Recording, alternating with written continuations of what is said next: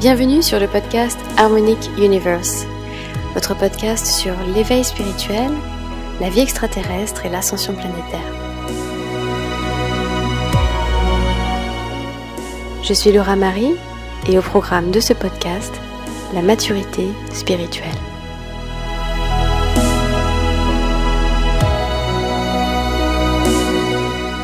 La phase que vit actuellement l'humanité est unique dans toute son histoire.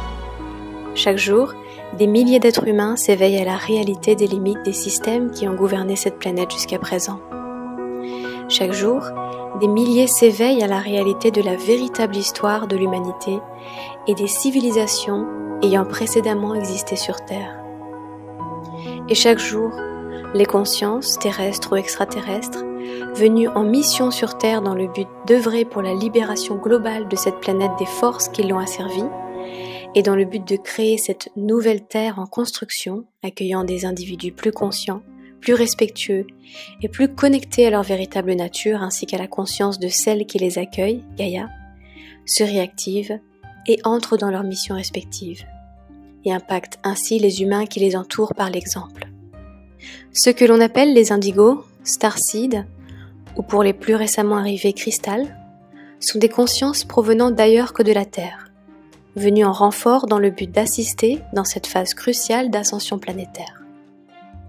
Ces âmes proviennent de différents endroits dans l'univers et dans les univers voisins, avec chacune des missions respectives, des postes bien précis, et s'allient aux humains de la Terre ayant des missions humanitaires. C'est l'ensemble de la réalisation de ces missions qui fera la réussite du plan global de libération, de divulgation cosmique et d'ascension d'un maximum d'humains dans des fréquences supérieures, ce qui permettra une guérison de nombreux traumatismes et dégradations présents dans la génétique de la plupart des humains. La phase de réactivation des travailleurs de lumière, terrestres et extraterrestres ayant une mission spécifique dans le plan global d'ascension et de libération, est la plus difficile et de nombreux travailleurs de lumière se perdent, au même titre que les humains, dans les méandres de la matrice artificielle créée par certaines races extraterrestres négatives et opérée à partir de Saturne et de la Lune principalement, qui a asservi l'humanité et envahi également les civilisations précédentes. La phase d'éveil des humains est également douloureuse et l'humanité est actuellement en train de vivre une nuit noire de l'âme généralisée, ce qui va s'accentuer de plus en plus dans les mois et années qui viennent, au fur et à mesure que les différents voiles vont tomber, individuellement et collectivement. Ainsi, de nombreux vivent actuellement et vivront de plus en plus un démantèlement de leurs croyances, en voyant certaines choses s'effondrer autour d'eux. Par exemple, la perte d'un travail, d'un conjoint, de sa maison, de sa santé. Car tout ce qui a été bâti sur de fausses croyances et à partir de nos peurs, plutôt que de l'amour, ne pourra plus rester dans cette nouvelle fréquence que la Terre ancre désormais. Grâce au travail de tant d'âmes agissant comme des phares dans cette obscurité et ayant permis l'ancrage de ces nouvelles fréquences, 5D. Afin de minimiser les dégâts dans nos vies, la sagesse nous est demandée en ces périodes de grands chamboulements internes et externes. La sagesse minimise les expériences de souffrance. Souffrance qui, elle, est souvent vécue à cause des différentes programmations que l'humain a subies depuis sa naissance, et à cause de son ignorance de qui il est vraiment et de ce qu'il se passe sur sa planète ainsi que dans le reste du cosmos. Les humains, depuis le commencement de cette humanité, ont été gouvernés par leurs pulsions inférieures et par leur émotionnel non maîtrisé. Et aujourd'hui, l'humanité va devoir s'ouvrir à la compréhension des enjeux qui la concernent, individuellement et collectivement.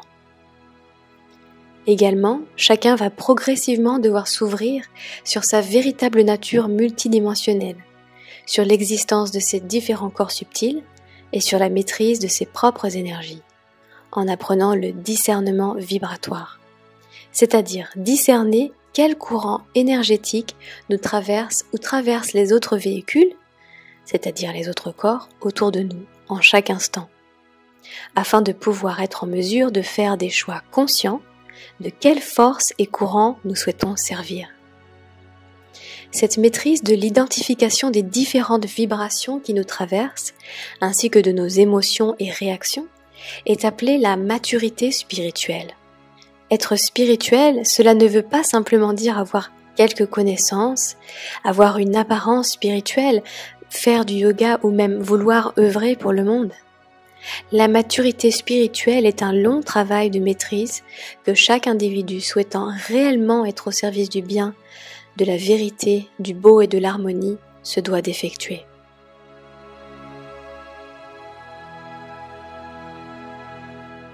Maturité spirituelle. Si dès notre plus jeune âge, nous apprenions les valeurs de base favorisant l'harmonie, la paix, la vérité et le respect, alors il serait moins difficile pour les humains adultes de se déprogrammer de leur ego négatif ensuite, qui a pris le dessus sur la sagesse de leur âme. De nombreux enfants sont élevés par des parents eux-mêmes non spirituellement matures, qui ne sont donc pas en mesure de pouvoir enseigner la maîtrise de l'énergie à leurs enfants. De même qu'à l'école, ne sont pas enseignées ces valeurs primordiales pour l'harmonie d'une civilisation. Car bien sûr, ce n'est pas l'objectif des forces au pouvoir que l'harmonie règne. L'esclavagisme et l'asservissement ne peuvent régner que lorsque la terreur, la peur et le conflit sont notre quotidien. C'est la raison pour laquelle les enfants et adolescents sont à la place bombardés d'images de violence, de sexualité débridée et sont plongés dès leur plus jeune âge dans des schémas de compétition afin d'en faire des adultes gouvernés par leur ego et leur volonté d'être comme tout le monde, défendant eux-mêmes le système qui les a programmés et en devenant même les gardiens. Fort heureusement, de nombreuses âmes sont venues sur Terre dans le but de mettre en place ces nouvelles écoles plus conscientes, qui se tourneront vers un apprentissage des réelles valeurs qui constituent ce que c'est vraiment d'être un être humain, en reconnectant les enfants à la nature et à leur créativité, afin de leur permettre d'exprimer leur plein potentiel. Imaginez des écoles où les enfants feraient des exercices pour se reconnecter à leur intention d'incarnation, mission de vie, où chacun pourrait apprendre à se connecter à ses origines terrestres ou galactiques, et où les enfants pourraient apprendre la véritable histoire de la Terre et du cosmos et connaître la réalité sur les autres civilisations, afin d'apprendre à discerner les différentes énergies présentes sur Terre et protéger leurs différents corps, leur aura, afin de devenir plus tard des êtres spirituellement matures. L'humanité va devoir passer par là dans sa phase d'ouverture spirituelle, car de nombreuses âmes se sentiront complètement incompatibles avec l'ancien système et ne pourront tout simplement plus continuer à le côtoyer. L'écart des niveaux de conscience et des modes d'opération, donc des modes d'opération 3D versus multidimensionnels, visant à de plus en plus s'accentuer dans les années à venir, de nouvelles structures devront impérativement naître afin d'accueillir les individus conscients et empruntant cette voie du travail de maturité spirituelle en étudiant les sciences de l'ascension. L'ascension n'est pas un vieux concept ésotérique. C'est un processus qui peut être expliqué scientifiquement, puisque tout est fréquence et énergie.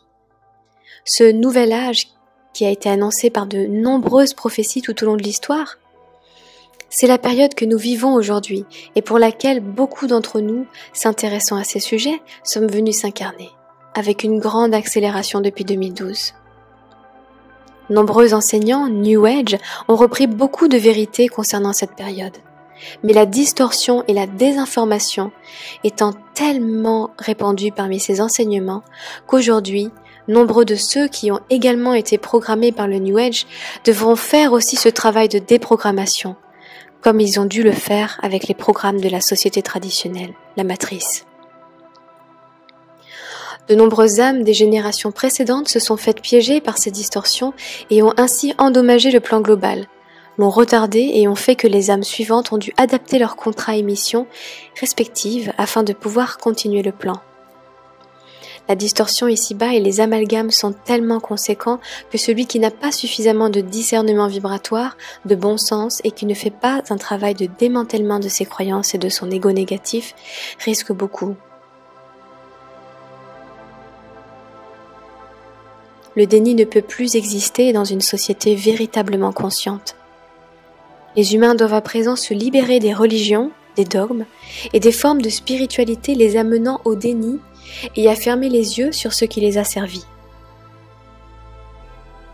La véritable libération passe par la mise en lumière de tout ce qui est, non uniquement d'une infime partie qui rassure et qui nous maintient dans l'illusion et dans nos zones de confort. C'est cela le véritable challenge que l'humanité devra affronter.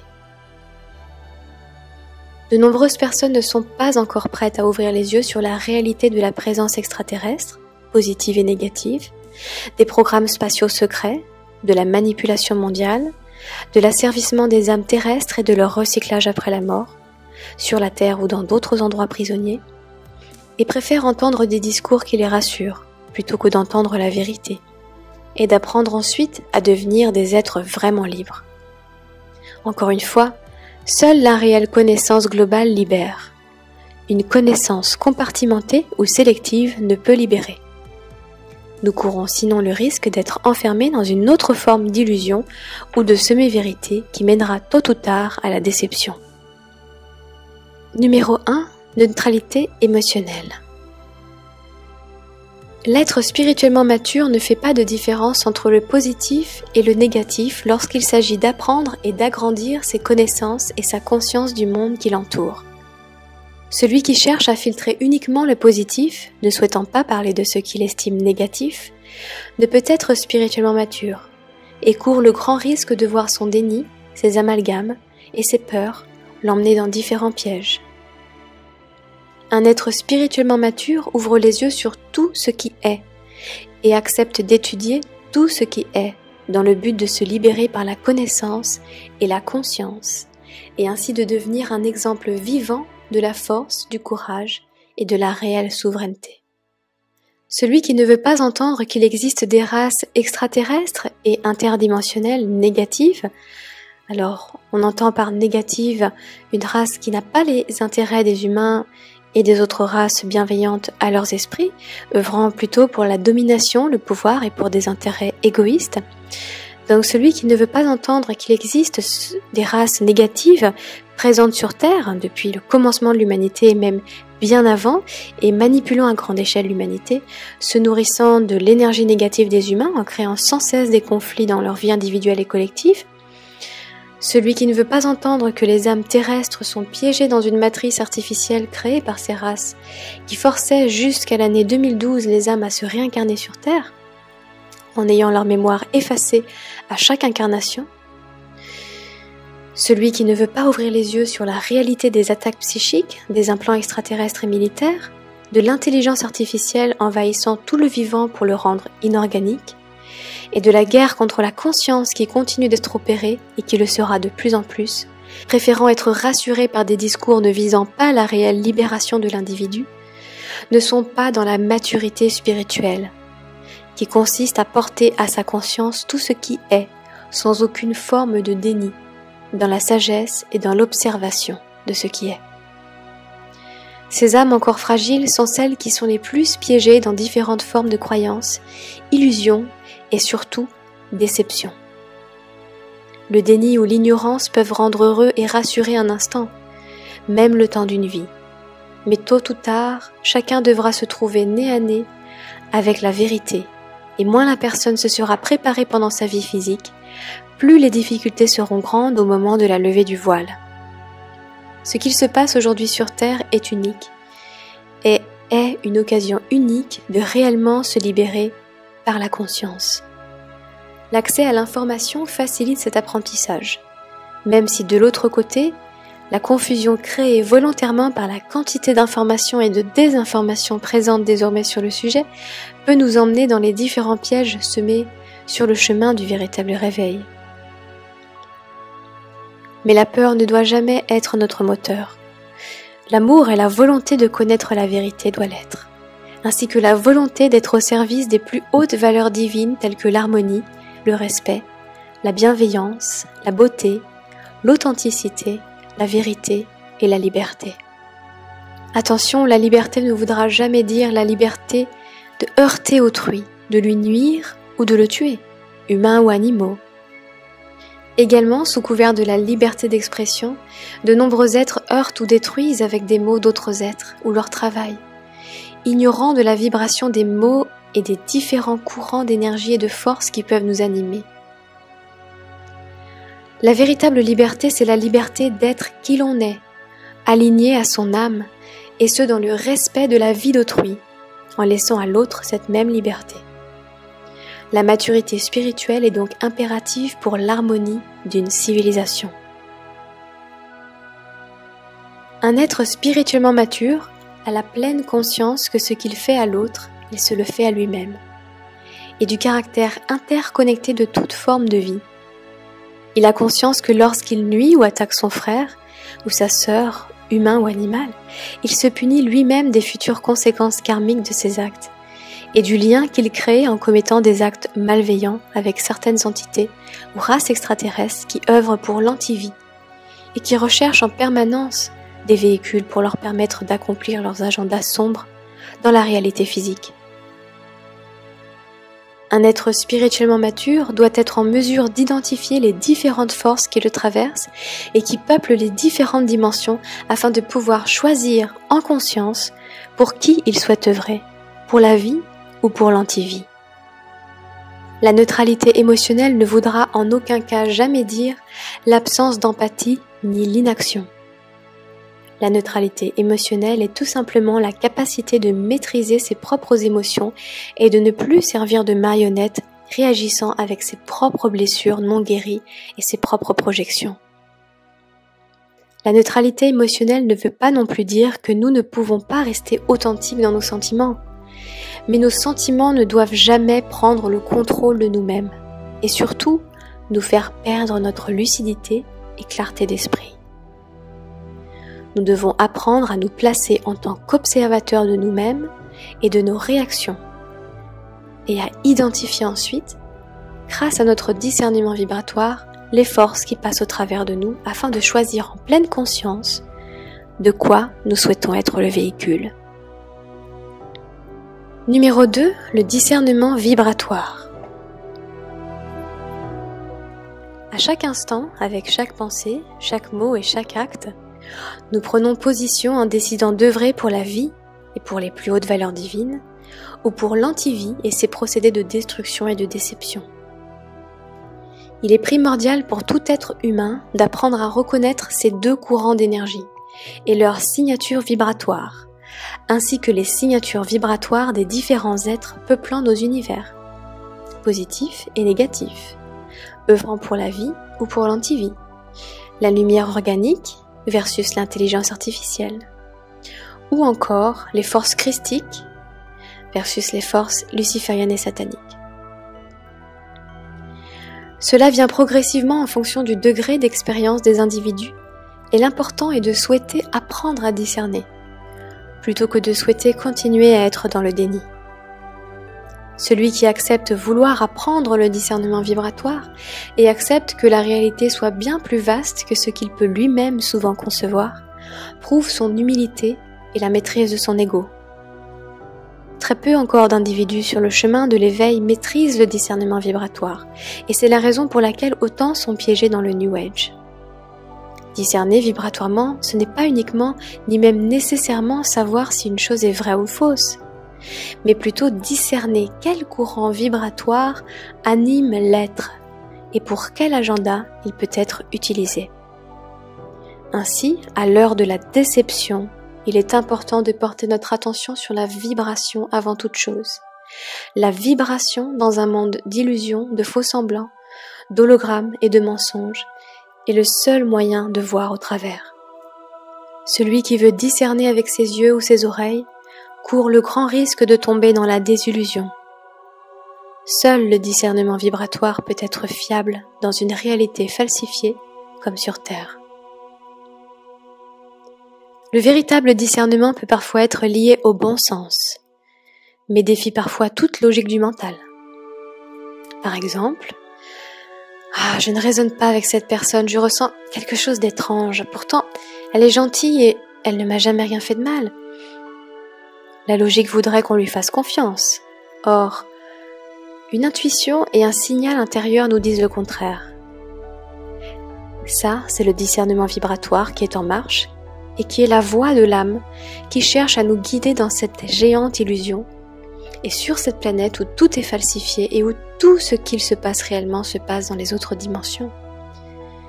Et cela au travers de nos ressentis intérieurs qui sont souvent masqués par notre mental ego. L'âme peut savoir par exemple que cette personne nous trahira dans le futur et qu'il ne vaut ainsi donc mieux pas nouer de lien dans le présent avec cette personne. Mais il faut ensuite développer suffisamment de sagesse et de maturité spirituelle, encore une fois, pour être en mesure d'écouter la voix de son âme et suivre ses conseils, plutôt que son mental, ses peurs ou sa naïveté.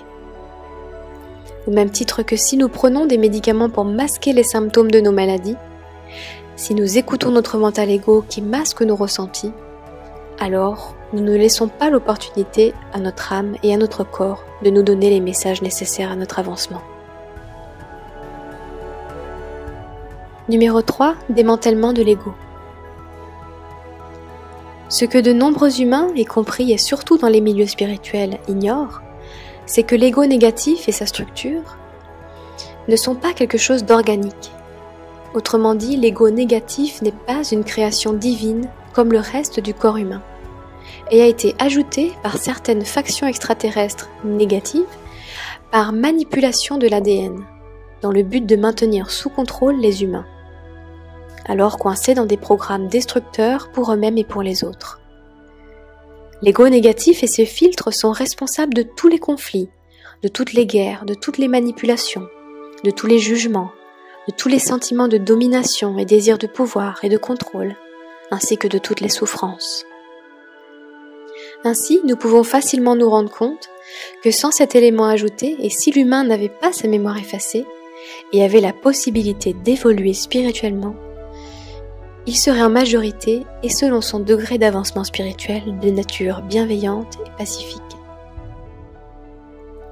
C'est en manipulant la génétique humaine que certaines races extraterrestres, Anunnaki, reptiliens, Draco, Gris, Mantides et de nombreuses autres races, mais pour ne citer que les principales, ont pu rendre l'humanité esclave et sous contrôle et ont ajouté par hybridation génétique les filtres de l'ego et de la personnalité, il y a cela des milliers et des milliers d'années, dans leur volonté de contrôler les esprits de leurs cibles. D'ailleurs, la science elle-même parle de cerveau reptilien. Lorsque nous contrôlons l'esprit de quelqu'un, nous contrôlons ainsi l'individu totalement, ainsi que son âme, en faisant réaliser au corps physique, via son mental, ce que nous désirons à cet individu. Et nous pouvons ensuite l'utiliser pour réaliser différents agendas, comme de la main-d'œuvre. Ces races considèrent les humains comme du bétail et de la nourriture. Leur manque d'empathie, car dénués de chakra du cœur, les empêche de considérer les autres races comme leurs semblables. Et telles des races parasites vont de planète en planète coloniser des territoires, s'hybrider et contrôler un maximum de main-d'œuvre et de ressources énergétiques. Les fréquences basses telles que la peur, la frustration, la jalousie, la violence, la méchanceté, la malveillance, la manipulation, le mensonge, sont les fréquences d'opération et d'existence de ces entités, qui ont donc besoin de cultiver des réseaux d'humains émanant ces fréquences. Leur technologie extrêmement avancée, par rapport à celle des humains, leur permet la maîtrise des insertions holographiques dans la conscience des humains, et du contrôle mental via la maîtrise des fréquences et de l'intelligence artificielle. C'est ainsi que la majeure partie des humains, étant déconnectés de leur âme et donc de leur conscience supérieure, sont pilotés par contrôle mental, par les programmes d'intelligence artificielle installés sur Terre et dans les corps physiques ainsi qu'énergétiques des humains sous forme d'implants éthériques. La plupart des humains étant encore focalisés sur leur perception de troisième dimension, par exemple avec des phrases ou des pensées telles que « je ne crois que ce que je vois », ne peuvent pas se libérer de ces programmations, car ils ne peuvent pas les identifier. Ces programmes sont la plupart du temps inconscients et invisibles, et tant que l'individu ne souhaitera pas volontairement se tourner vers un réel travail spirituel et de démantèlement de son ego négatif, et de tous les traumatismes qui lui sont rattachés, alors il restera victime de ces réactions émotionnelles, et restera dans la souffrance que celle-ci crée et cause. L'émotionnel, les blessures non guéries et l'ego négatif créent des projections que nous envoyons ensuite sur les autres et nous mettent dans une fréquence qui ensuite créera notre réalité sur la base de cette distorsion de perception. Nous sommes alors comme enfermés dans une cage et nous tournons en rond au milieu de nos propres croyances. Et l'ensemble de notre réalité extérieure se calque alors sur cette réalité intérieure. Nous créons notre réalité en chaque instant en fonction de notre vibration et de la fréquence sur laquelle nous opérons. Fréquence de la conscience supérieure ou fréquence ayant été affaiblie par les filtres de l'ego.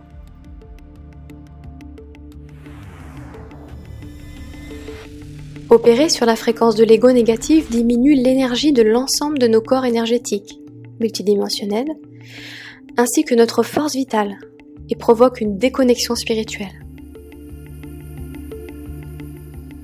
La déconnexion spirituelle empêche de se tourner vers les valeurs saines et élevées en vibration telles que la compassion, l'empathie, la gentillesse, l'écoute, la compréhension de l'autre, la non-violence, la tolérance, le respect et l'authenticité. Ce qui est l'objectif de ces forces, maintenir l'humanité dans l'illusion de l'ego et dans les projections envoyées sur leur écran mental afin de les faire se détruire entre eux et les empêcher de se reconnecter à leur véritable essence et nature divine.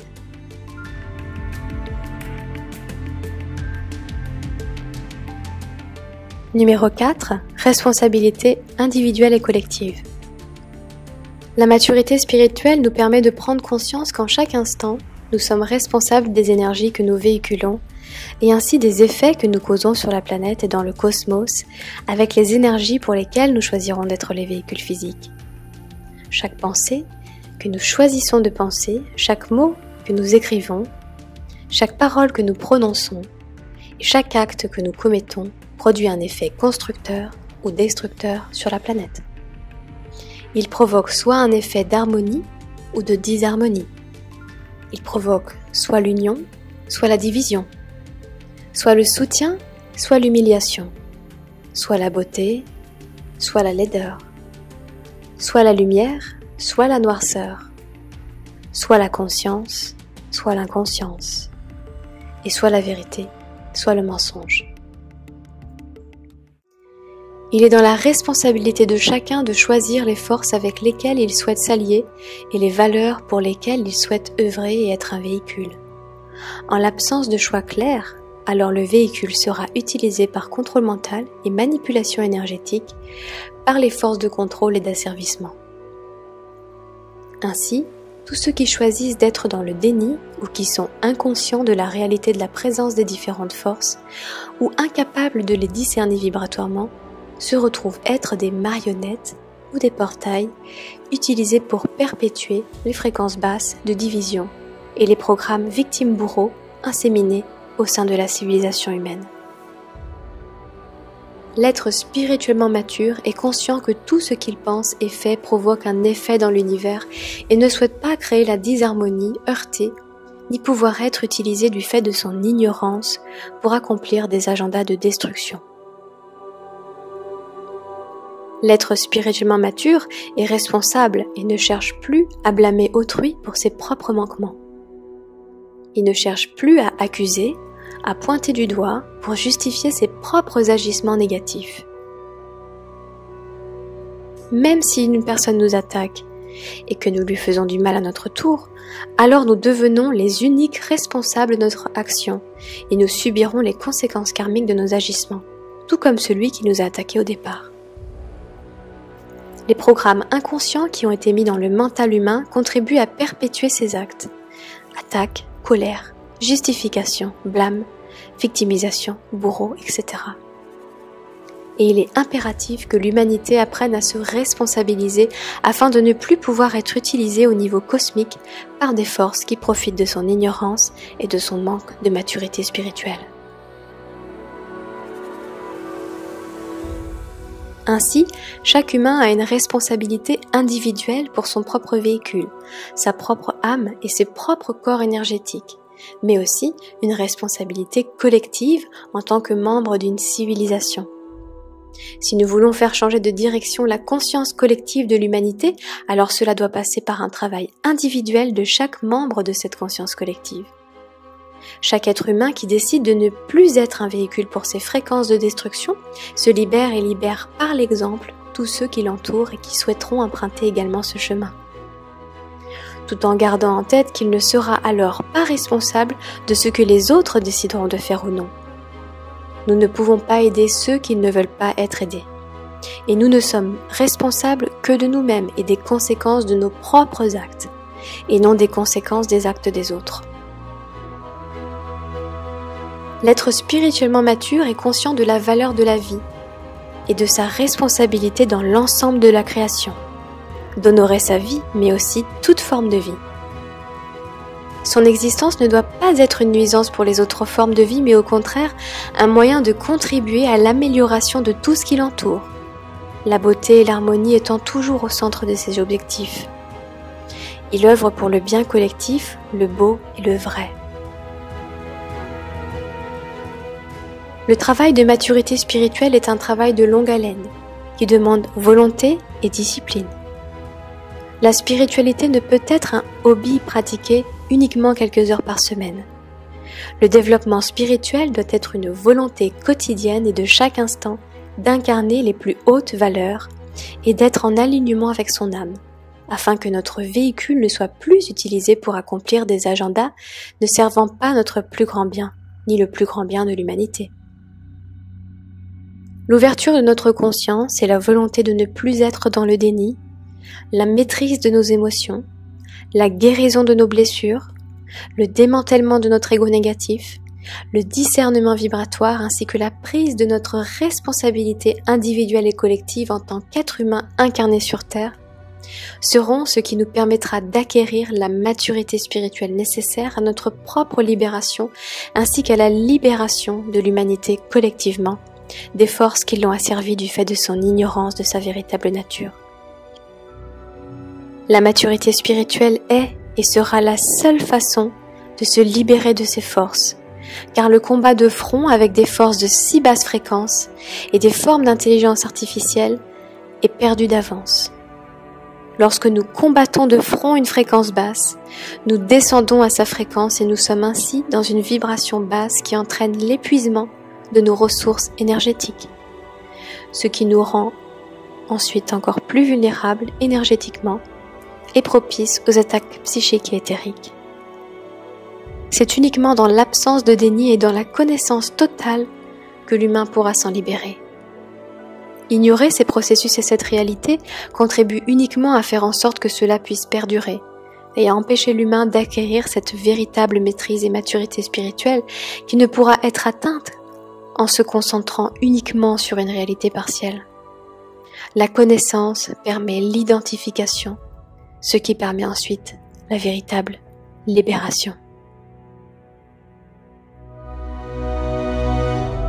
Merci pour votre écoute et merci pour votre implication dans ce processus de libération de l'humanité et de la planète Terre.